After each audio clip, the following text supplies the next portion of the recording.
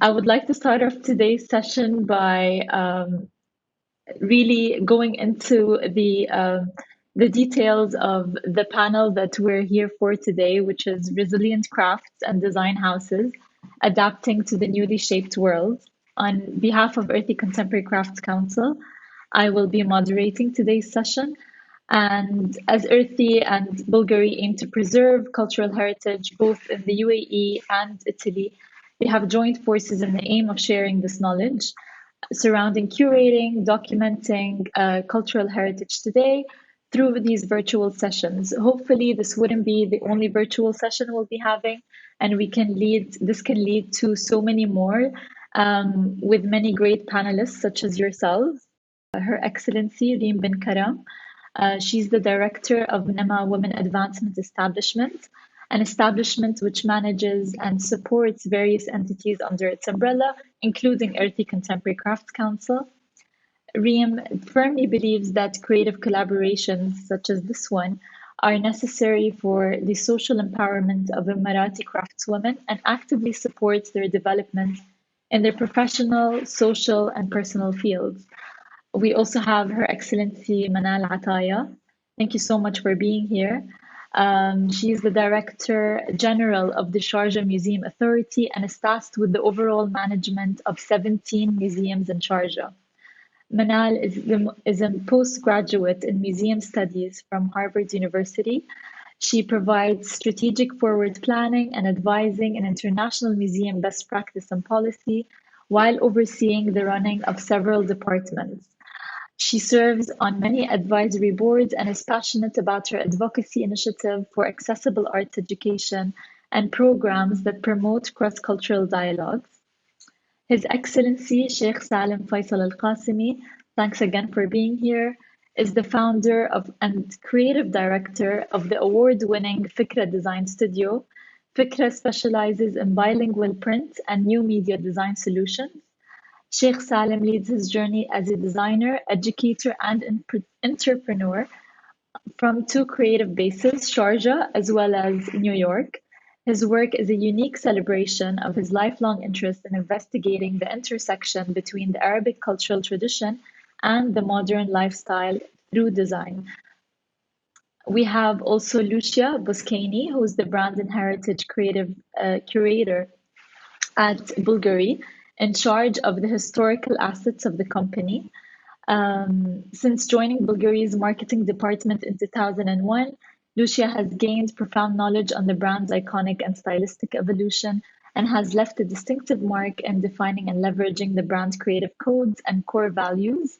Working closely with Paolo and Nicola Bulgari themselves, she showcases the 130-year-old brand's history as well as its priceless heritage collection. Thank you for being here.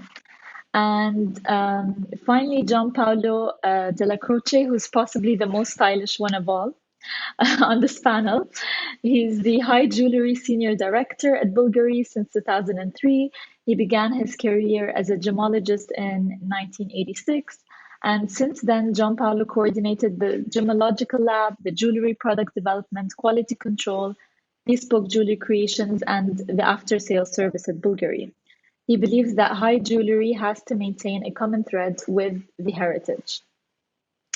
So if we go into our discussion today, now that we've introduced everyone from the Sharjah teams and the Rome-based teams, I think we're all looking forward to hearing other voices on this panel other than myself. My name is Reem bin Karam, and I am the director of Nama. And under Nama, we have the 3 affiliates, and one of them it being the Irthi Contemporary Craft Council. It's a pleasure meeting you all today, and we're really truly fascinated and excited about this collaboration because I think it's the right time to have this dialogue. And I think if we've learned anything from COVID, I think collaborations are key to success. As for the Bulgari team, thank you so much. I've been hearing a lot about you from Farah, and this wouldn't have happened without you believing in collaboration is key. And I think I just wanted to wish everyone a great session today. Thank you. we have the empowerment of social artisanal works surrounding cultural heritage that actually changes the cultural heritage itself, raising awareness of Emirati and Italian artisanal works through empowering craftswomen and craftsmen gives rise to a new definition of mediation and a new understanding of cultural heritage.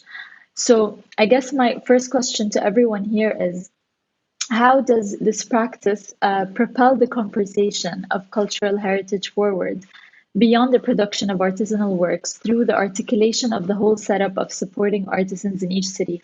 So, if we're looking at the economy where we're at today, in comparison to maybe where we were a few months ago, possibly also some years ago, when it comes to the cultural heritage, the craftswomen, the craftsmen, the way we work together, the whole infrastructure, the urban context, how the city supports the craftsmen and the craftswomen, and these craftsmen and craftswomen, how they support their cities. Maybe we could start off with some input from Ms. Reem, since I know this is an ongoing dialogue at Irthi as well as Bulgari, of course. Definitely. I think when we talk about cultural heritage, we're always we are implying the shared bond that we have with the community, and we're also focusing on what the community represents today. History and our identity, I think, are embedded in one another. It's a bond that connects the past with the present, and also is a link to the future. I think in Nama, we always focus on creating that dialogue, emphasizing on the past and the present, and always aspiring to the future in new contexts that actually suit the situation. So if we're talking about Irthi Contemporary Craft Council, it started off basically we always are very proud of that story, and we always say that the best way to get an audience or capture an audience is through a story.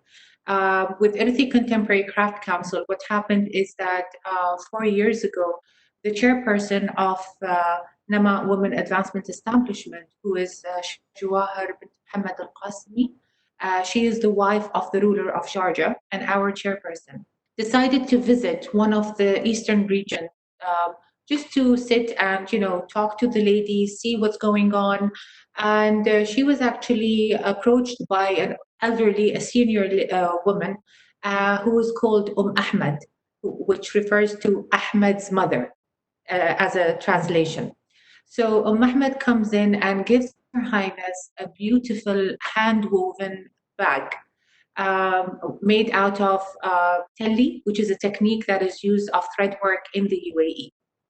So when Her Highness actually saw the quality of the work, she immediately wanted, basically this, seeing the bag actually sparked an idea of creating a program. And so Bidwa program was actually created way before Irthi Contemporary Craft Council was actually created. So the program was created to basically take in these women who basically had a talent, and maybe the thread work they used to do was a hobby, or out of sheer necessity of them decorating their clothes that they wear themselves. But today, with the belief that we need to basically encourage and empower women socially and economically, we have 70 other ladies like Ahmed in our under Irthi Contemporary Craft Council. These women are artisans in their own right, where they have been exposed to international markets. They have been partnered with ladies from Brazil, villager ladies from Brazil. They have been partnered with and showcased. Actually, some of the work has been showcased on international platforms. And it was just us believing in these women. So I think if we were talking about if the time is right or not, the time is now that we need to look more into these artisans, create more collaborations between international bodies, create a new dialogue for them to basically make sure that they are economically supported and socially also supported and empowered, because it only took us to give them the skills, but now they're actually tapping into new markets that we never heard of.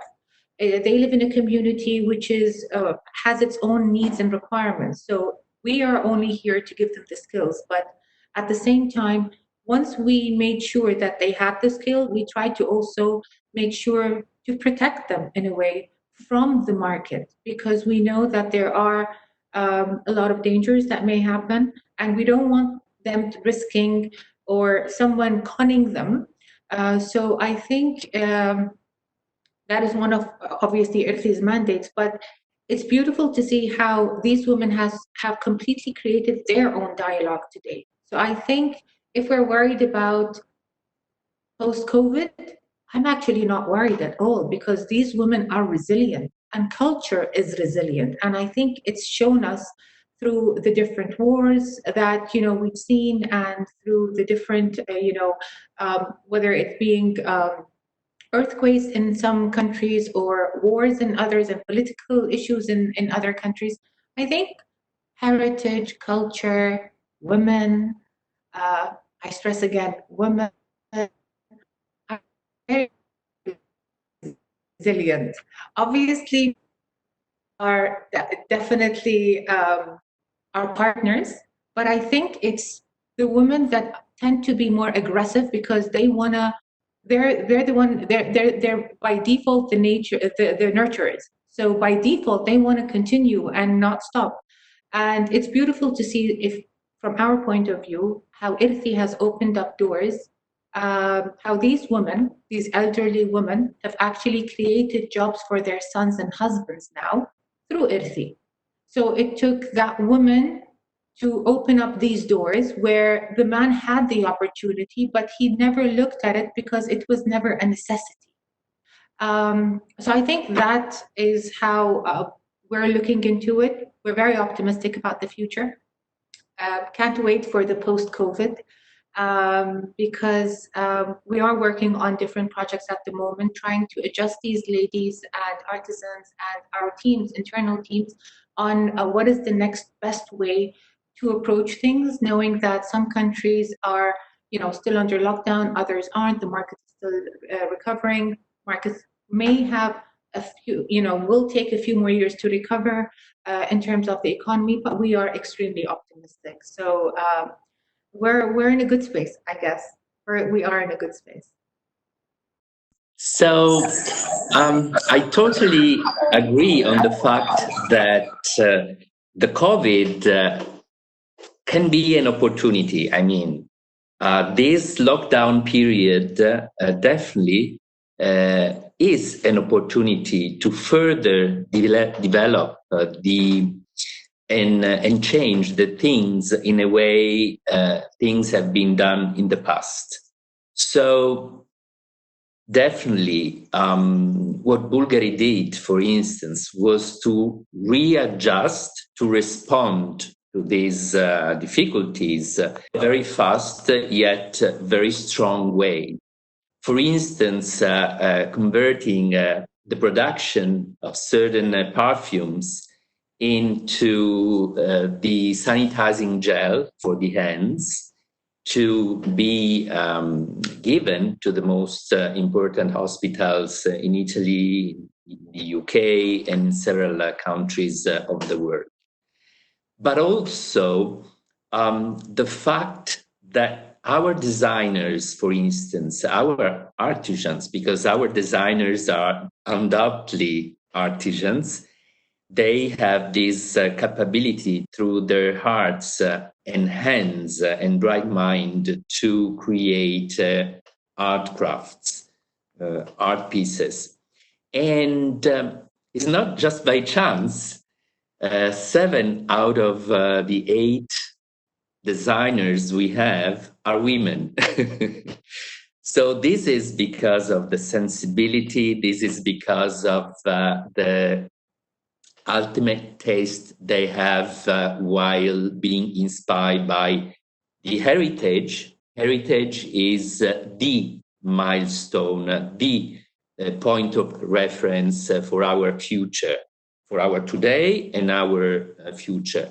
Why? Because we are super reverent toward the past times to project novelties. You can't keep your common thread, your fil rouge, without being inspired by those arts crafts. Even though we have to change, we don't want to copy ourselves. We are always in constant evolution. So what happened is in these difficult times that our designers have been locked at home, but thanks to the technology, they were capable to be inspired by the archives we have in Rome to create new collections, new form of designs, and to develop the future kind of forms. And at the same time, our artisans, so the goldsmiths we have in Rome, those of them devoted to the high-end jewelry, they had time to go for webinars. Because in this period, all of us, I think also Lucia, myself for sure, we had time enough to go further in detail and further enriching our souls, our vision, and our way to be connected with the brand. So even our artisans who were locked at home and they didn't have, of course, the tool to craft, to keep on crafting the jewels, they invested their time to train the younger generation. We have 3 bunches of goldsmiths, the most expert, we name them the master. Then we have those who can craft the jewels since the very beginning, but less, let's say, expert than the master. And then we have the young one who generally flank the masters to define and harmonize their jewels. So there was a huge period of training to make those artisans growing and investing this time into their growth. So I totally agree. There is a bright future out of all these. And there is a bright future because we have been forced to think about negative things to find a more prosperous and bright landscape for the future. So I'm pretty sure this will remain forever into our souls as an emotional approach to solve the troubles eventually, I hope never more. But anyway, just in case, there will be this new energy. I think it's interesting to see that whatever that string of thoughts that was taking place in Irthi is very similar to the string of thoughts that was happening meanwhile at Bulgari. The fact that we're tapping into the younger generations just as much as the older generations of craftsmen and craftswomen, and being able to continue that in kind of an optimistic view for the future. But I just wanted to see if maybe Manal or Sheikh Salim would have another kind of opinion on how the infrastructure of crafts is now different and how that support could happen in the near future. Well, I think there was a couple of things I was thinking about when you asked that question, you posed that question. I think from the part or from the angle that Reem talked about, you know, there's definitely this amazing opportunity where women in particular were able to enter new markets. And we know there's, you know, with the pandemic and everything that has maybe affected it somewhat. But I think it's key to remember that, and I know Reem knows this, of course, that it is more than just the new markets. I'm sure that, you know, the program that they went through and continue to do so and be part of the Irthi Council is one that has really, in a way, been part of, first of all, making it visible to the world that they are UAE heritage, UAE crafts is something of value. That visibility is important and vital, and this program put it on the map. I think if you actually Google UAE craft contemporary, the only thing that comes up actually is Irthi Council. So definitely a huge amount of work has helped to elevate something that otherwise was not, maybe very well known to the rest of the world. Two, I think for the women who took part in that, it's a kind of community sort of rehabilitation in terms of having greater confidence in yourself, greater confidence in your ability to be valued for what you can do as an artisan, especially when you're, as Ree mentioned, maybe we're doing it as a hobby and you didn't really think it had much value, but of course it did, if it can be integrated into new contemporary ways or uses so that everyone can see that, not everyone's hobby is meaningless or amateurish. These are women who have mastered their skill, and I think that's very, very important. And as mentioned also, that the men took part in this, and that's a community involvement as a whole. So it's not just the women, but it's their husbands and their children. I think that's, that impact cannot be highlighted enough. And of course, how that relates to gender equality is another big aspect. But in regards to also what we were talking about in terms of the Italian artisans, I think there you have a situation of, as you mentioned, looking to the future, right? So how can what has happened now make us think about the future, negative or positive? And I think one thing that contemporary design is all about today is how can the nostalgic feeling of heritage be somewhat not replaced, but can we add on to that the aspect of innovation and refreshing what was old or what was traditional? How can we refresh that and make it innovative enough so that it can go into the future? It can be aesthetically enjoyed as well as function for people, whether it's accessories or it's furniture or whatever it might be. So I think really important aspects that you both brought up in your comments. So I just wanted to highlight that. And I think as museums, to put my personal part there, it's so important for us to provide those collections. So many students and artisans come to our museums to look at artifacts, whether they might be Islamic metalwork or might be UAE heritage material, fabrics, etc., that we have in the number of our different museums, to learn about what was there in the past and to take that as inspiration for the work that they do now. So we've had, whether it's a general visitor or actual collaborations we've done with universities and other institutions, it's been very, very beneficial. If I may jump in the conversation, because this learning from our heritage to move on, to add on it, it's really the lesson we learned from the Bulgari family.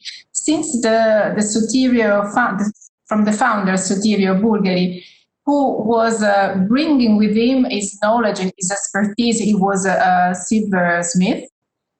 But he introduced already at this time, end of 19th century, this innovation kind of touch. So leveraging, building on the heritage and on the expertise, he introduced elements of modernity. And this process, this creative and then also craftsmanship kind of approach is something that we can tell about the whole decades of history of our company. So, for instance, a very interesting example, very quick, is related to the coins. The tradition to have jewels with antique coins that comes from thousands and thousands of years ago.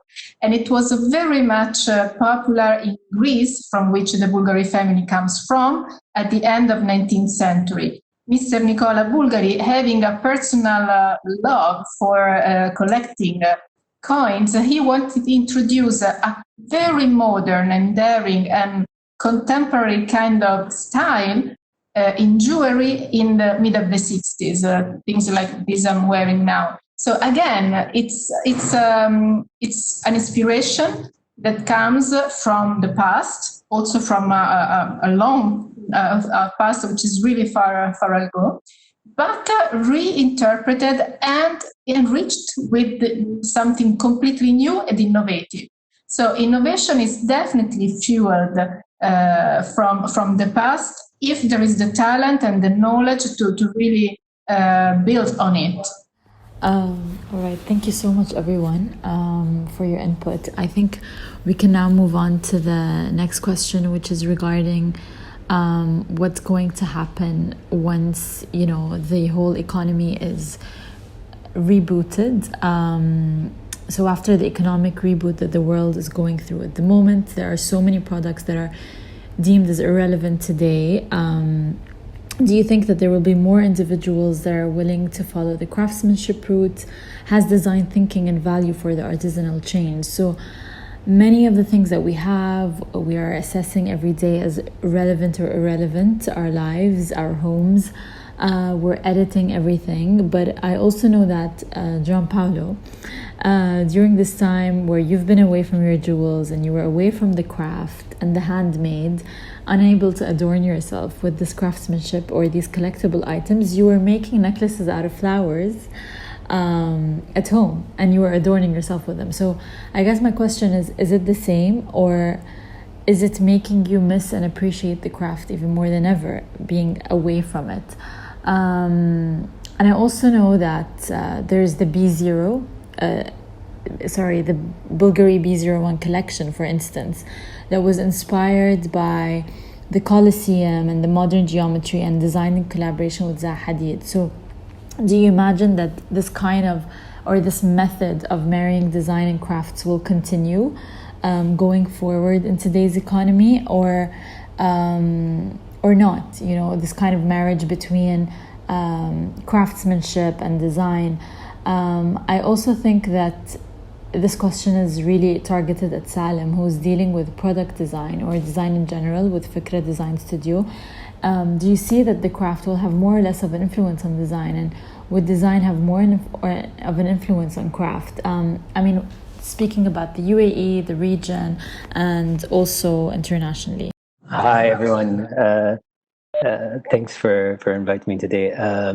It's such an amazing conversation, but I just want to add an echo to what everyone was saying. I think in terms of as a designer and someone who currently thinks of himself as a facilitator, and I'll elaborate on that a little bit later, but I think it is really important to think about craft, to think about artisans' work, to think about making.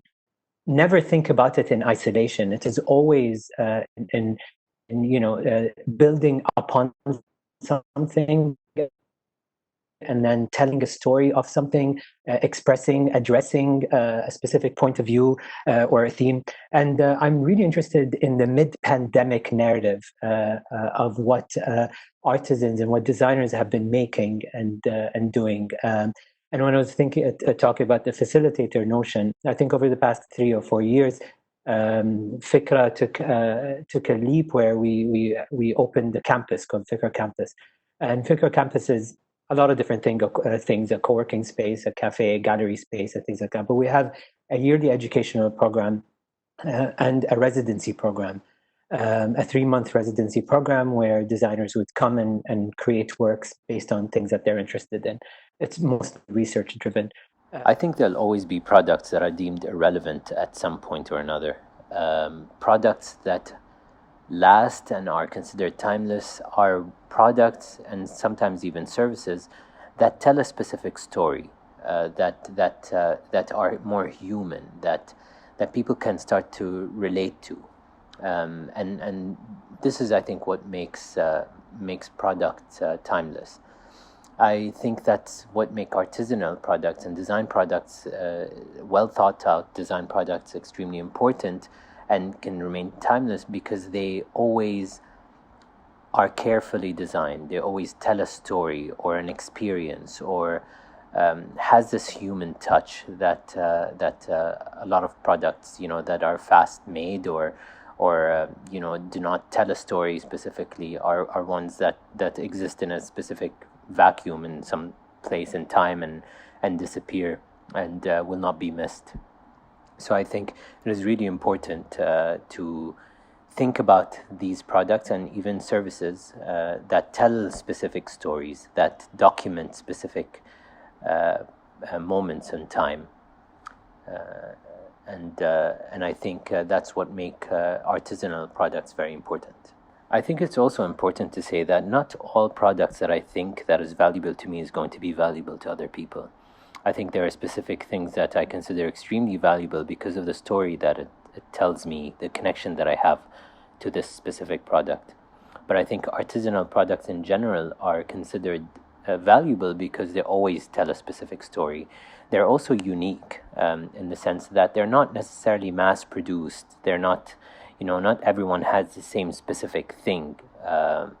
And I think that also is something that makes it extremely valuable. As a designer myself, I'm constantly thinking about this question, like what makes something valuable? How can you start to draw connections? How can you make this product or the thing that you created connect with people? And I think it is always the idea of storytelling. What is the story behind it?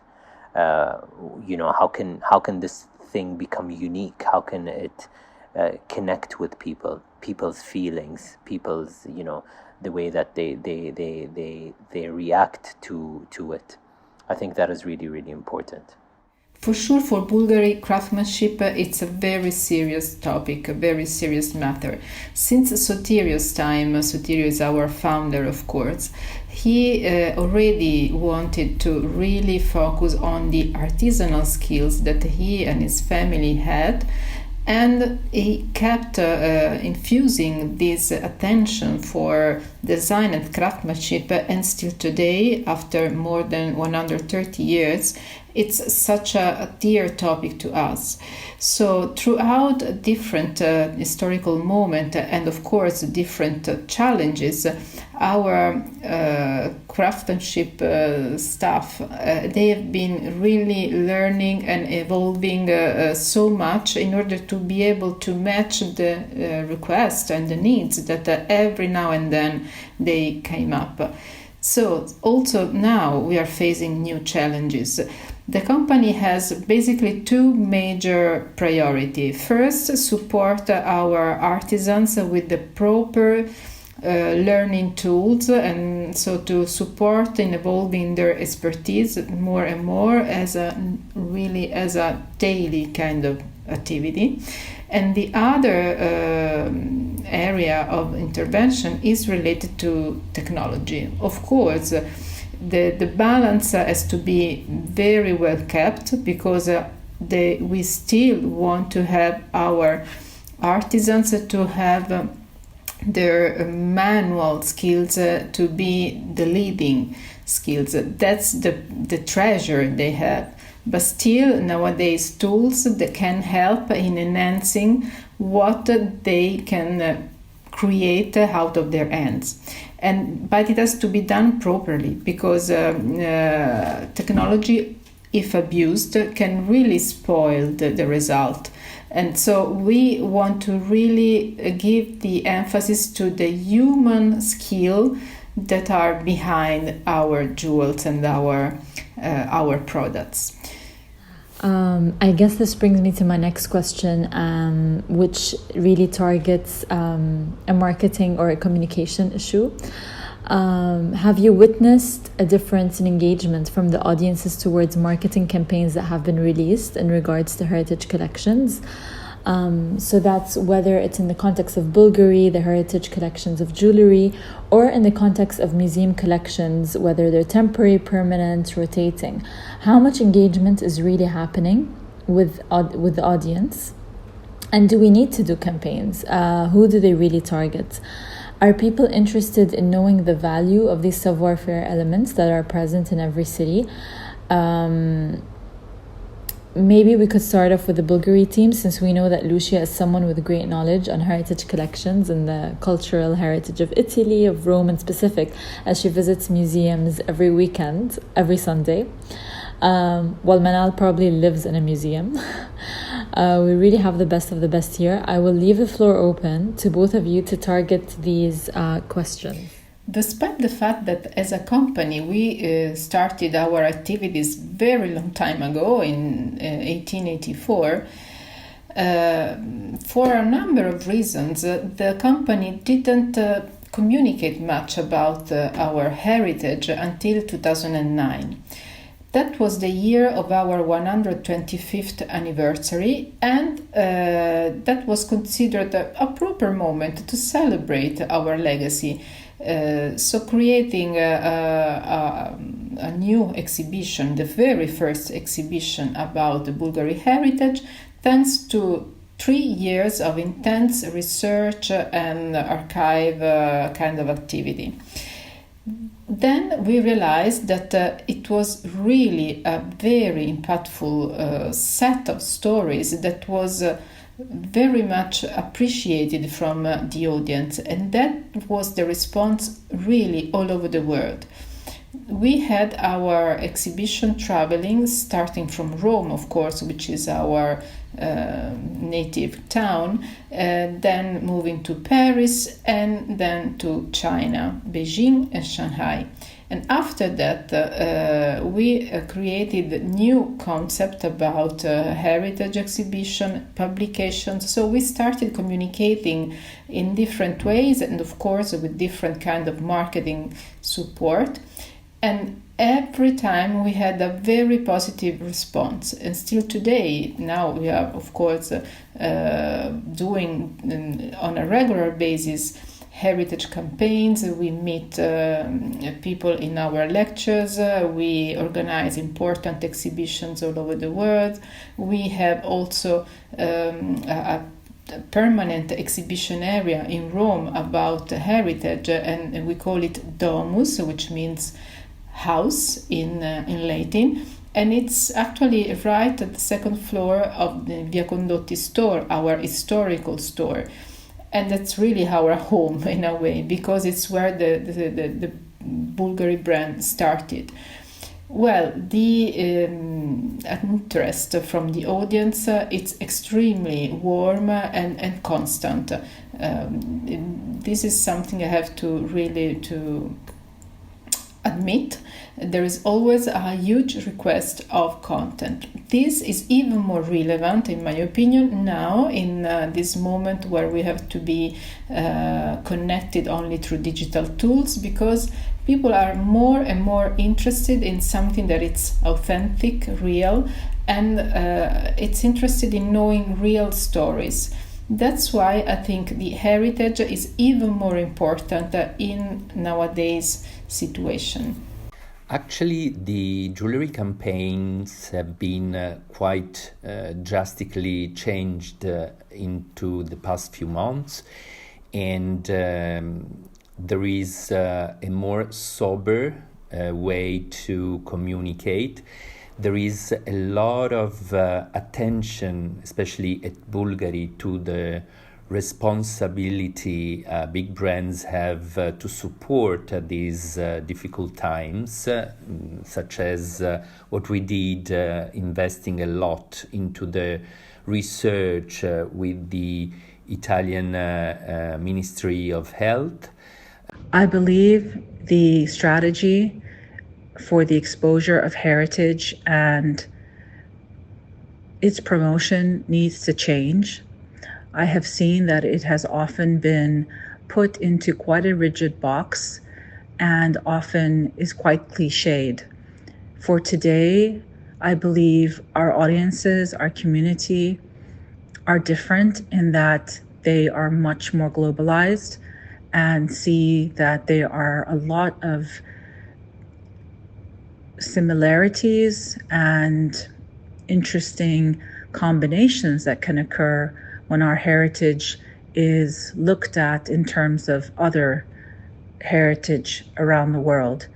And through this process of experimenting and looking at contemporary heritage and what it means for us today, adapting it, changing it to some extent, and looking at how pop culture affects heritage as well, and its form of it as a living and growing and evolving thing is very important, and therefore should reflect in how we essentially, in quotations, market heritage. Heritage will never go away. It's a great foundation for all of us. We all want to remember and protect and celebrate our heritage, but I do believe we do need to continue to keep it alive, and to do that we have to find ways to globalize it in a way that shows the connections we have with others, shows the new innovation and new ways of thinking about our heritage. In terms of marketing campaigns, I think people are becoming more aware of the notion of storytelling and the notion of being relevant. I think previously we saw a lot of marketing campaigns that were not necessarily very efficient or effective, because they were very kind of cliched and rendered a few stereotypes and things like that. But I think marketing campaigns right now start to the ones that are, I think, the very effective are ones that tell a very interesting story, that again, highlighting that connection or allowing people to connect with that campaign. And when you're talking about marketing campaigns related to cultural heritage, I think it is very, very difficult to do. But once done right, I think if people start to draw connections to these campaigns because of the story that it tells, then I think it becomes extremely effective.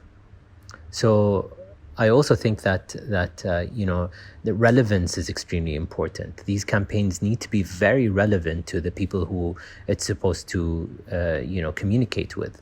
And I think that people and designers have been and marketers have been extremely have seen the change and have seen how effective it is when once a really strong story is being told through their campaigns. All right, thank you. If heritage collections represent extreme intellectual exploration and exhibitions speak of human experience and knowledge, what would the collections of each city say? So we have the exhibitions, we have the collections. What do they really say about the city? If we don't have exhibitions today, as we are seeing, we're slowly opening up museums and exhibitions again around the world. Some are moving onto the virtual platform, utilizing websites. But how are they going to look like in the future? Are we going to remain online? Are we going to utilize both the online and the offline? How would that intellectual conversation and intellectual dialogue take place if we were to move to the virtual world around cultural heritage or even design exhibitions, in terms of the graphic design biennale, for instance, that is being led by Salim in Sharjah? I think it's a very difficult question. What would the future exhibitions of each city look like? I think that is very specific. But I think what I would say is that these exhibitions do tell very different stories. Each exhibition is going to tell a specific story. It's going to be relevant to that specific location, to the very specific culture, to very specific audiences.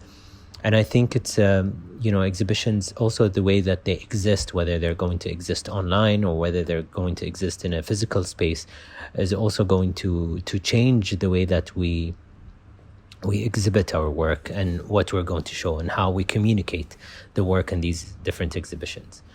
I think, with every platform, there are different challenges and there are different kind of criteria that we have to think about. So I'm not entirely sure what each exhibition, each city is going to look like, but there are going to be a lot of different challenges. But I also think that technologies change all the time. So I'm not going to be surprised if there's a new technology that is going to facilitate storytelling, that's going to facilitate exhibitions or experiencing exhibitions in a very different way. But I think these exhibitions are not going to be replacement of physical exhibitions. I think they're going to complement them in a very different way. Also, things that exist online, exhibitions that exist online, are also exhibitions that talk to wider audiences that need to be communicated in different languages, that need to tell different stories and might even have different agendas. So I think it really depends. It is really, I'm super excited to see what happens next with how exhibitions are going to start to take place and what kind of stories they're going to tell. But I think the most important thing is that they need to continue to tell stories, and they will. Exhibitions do that, and that's what makes them extremely effective. The future of heritage for me, in terms of how it's exhibited and how it is seen by our audiences and our communities, is one where there is more space for innovation. There's more space to look at how technology can help create new things based in techniques that are part of our heritage.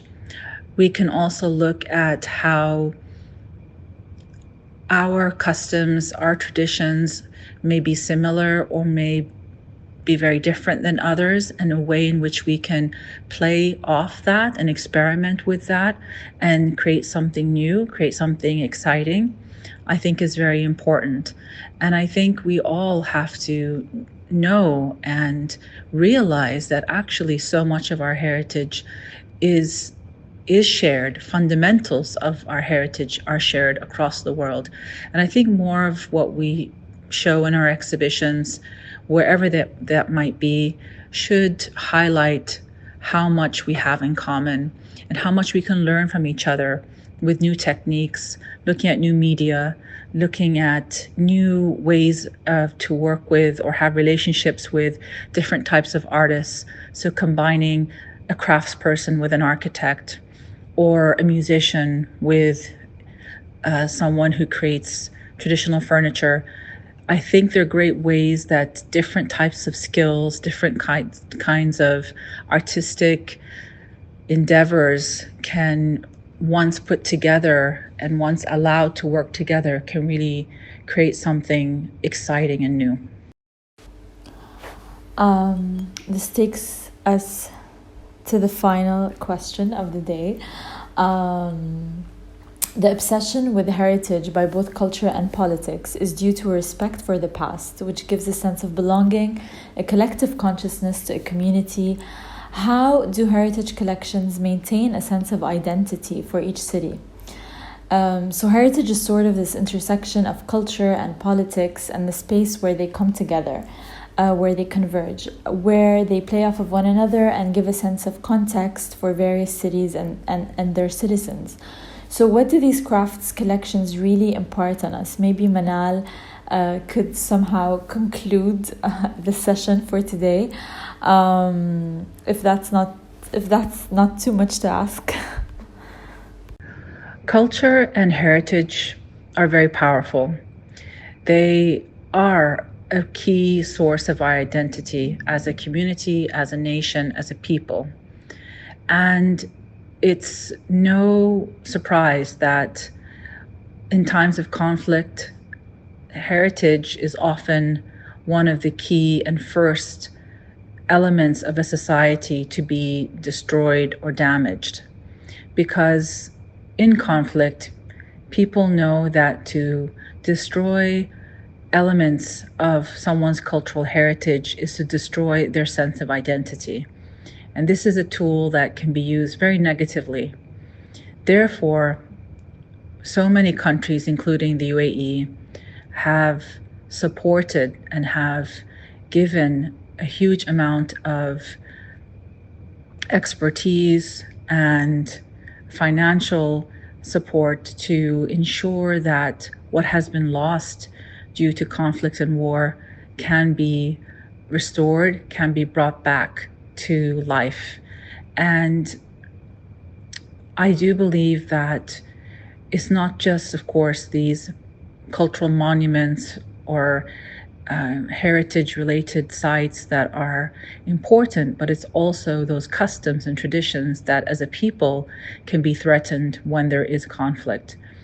So for me, as a person who works in museums, it's so important that we safeguard those customs, those traditions, that we celebrate them at any occasion we can to ensure that they keep on living, even if they are forgotten just because of the globalization, or if they are purposefully removed or people have tried to wipe it out as a result of conflict and war. So museums play, to me, an integral role in their collections, in their educational programs, in ensuring that our communities, our children, learn about heritage and their culture, and learn about the world heritage and the world culture that we all together embrace and should protect and should honor. I would like to thank you all on behalf of Irthi Contemporary Crafts Council. It was really a pleasure listening to all your thoughts, and I look forward to having more of these Irthi Bulgari panels, hopefully with all of us drinking coffee in Sharjah. I would also like to thank the Luxury Hive, who have worked really hard on putting together this conversation. So thank you all, and wishing you a great day.